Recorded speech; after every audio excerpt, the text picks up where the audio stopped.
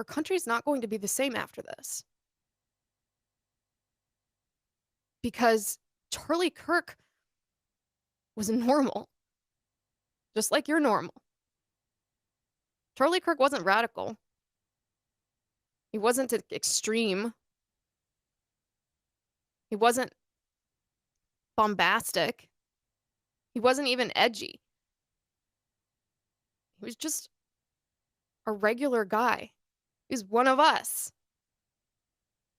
And they killed him for that.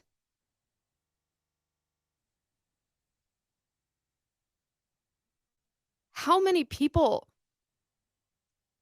woke up this morning with the realization that given the chance, Charlie Kirk was killed not just for his views, but for our views. Given the chance, the left wants us dead too. It's the first time for many people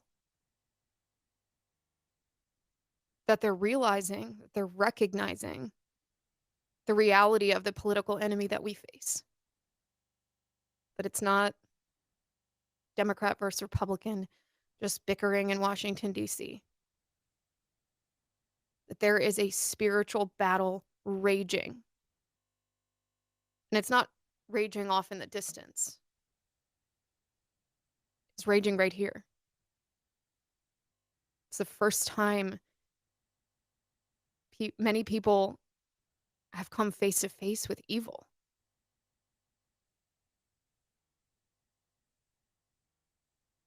You know, if you go back to the summer of 2020, the Black Lives Matter riots, there were a lot of people who didn't think of themselves as particularly political, a lot of people who even called themselves Democrats, who changed their political affiliation. They became Republican.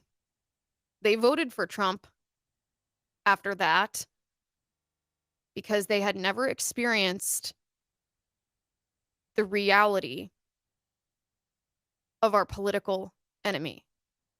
And they realized during that summer of rage that they were being falsely accused of being racist because they're white, or told that they could never achieve anything on their own merits because they're black. And being falsely accused is one of the nastiest, grossest feelings that anybody can experience.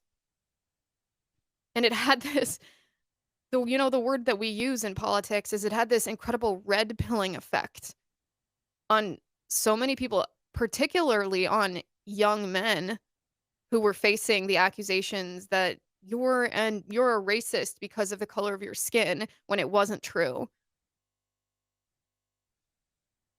And then you had the COVID vaccine mandates where your body was violated. You were told you didn't have any control over your own decisions. You're not smart enough to know better than the politicians and the quote unquote experts. You were gaslit when you were harmed and your family was harmed. And people's eyes were opened again because they realized the government doesn't care about me and my family. The government is not going to take care of me. They don't have my best interest at heart. And again, when people's eyes were opened, they changed their minds. We called it the second red pilling. Well, you have no idea what's about to happen in the United States. If you think people's eyes were opened by the Black Lives Matter riots and by the COVID vaccine mandates,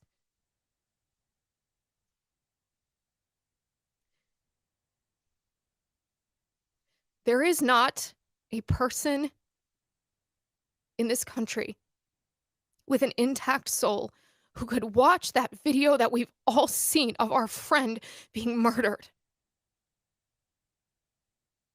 the bullet piercing his neck, the blood rushing out of his body in gushes, and not understand that we are in a fight against evil.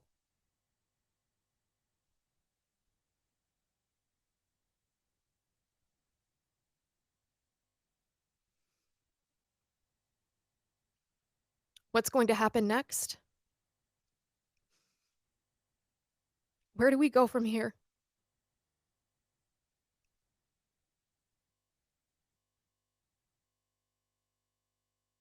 We go to church?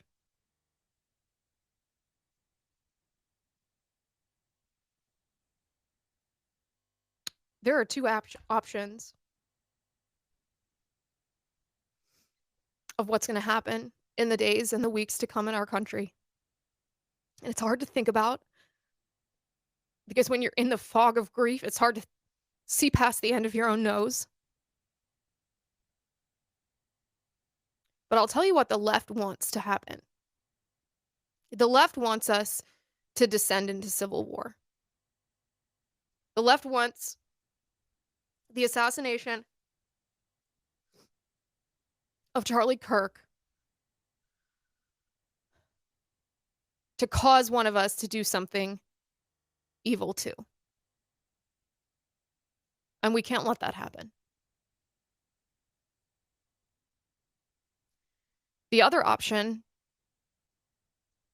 is this great awakening.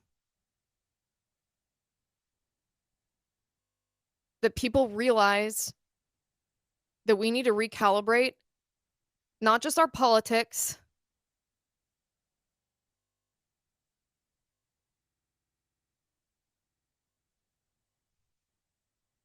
not just our activism,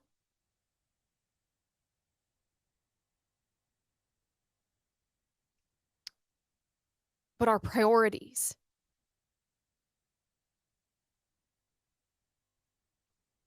The left's going to do a couple of things over the course of the next couple of days, and we're seeing some of this already online. There are some leftists who are laughing and celebrating Charlie Kirk's death, and it's so abjectly evil. It's hard to fathom. Really, I don't know how anybody can conceptualize what's going on without looking at this through the lens of it being a supernatural battle of good versus evil. Because you don't laugh and celebrate the death of somebody, even if you don't like his opinions, unless you've sold your soul. There are going to be some leftists that laugh and celebrate, and we're seeing that online. There are going to be leftists, particularly politicians, who are going to blame guns for this. We're seeing that already, too. It's obviously false. But there's a third thing that the left is going to start saying at any moment.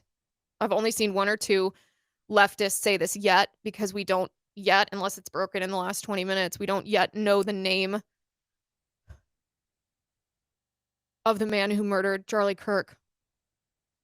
But as soon as we do, this is what the left is going to say. The left is going to blame mental illness, a deranged lunatic, a madman, before they circle back to blaming Charlie and the people on the right or blaming guns. And I want you to notice, as soon as they start framing Charlie's assassin as a deranged lunatic, because that's not true. When you call someone a deranged lunatic,